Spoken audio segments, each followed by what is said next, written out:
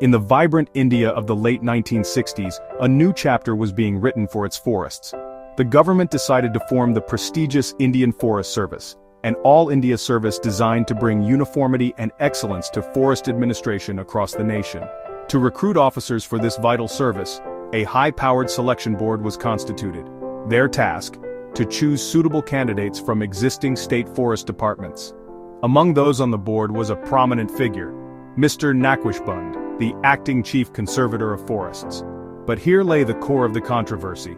Mr. Naquishband, an ex officio member of the very selection committee, was also, crucially, one of the candidates being considered for selection into the Indian Forest Service himself.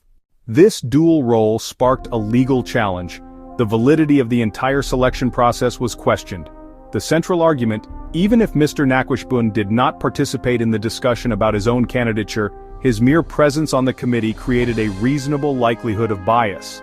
The Supreme Court faced crucial questions. Was the selection board's power administrative or quasi-judicial? And more importantly, could the sacred principles of natural justice, specifically the rule against bias, apply to such a selection process? The Supreme Court's judgment, delivered by Justice Hegde, became a landmark. It famously declared, "The dividing line between an administrative power and a quasi-judicial power is quite thin and is being gradually obliterated." This marked a profound shift in Indian administrative law.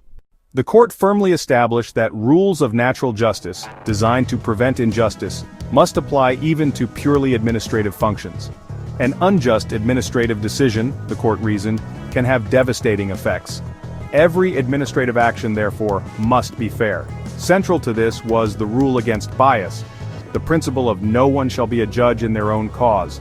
The court applied the reasonable likelihood of bias test. It's not about actual bias, but about whether the circumstances create a reasonable apprehension in the minds of others that bias might exist. The core idea: justice must not only be done, but must manifestly and undoubtedly seem to be done. Applying this, the court held that even if Mr. Naquishband didn't participate in his own selection, his very presence on the committee had an impact. It created a reasonable likelihood of bias, thereby vitiating or invalidating the entire selection process. The A.K. Kripak decision was a watershed moment.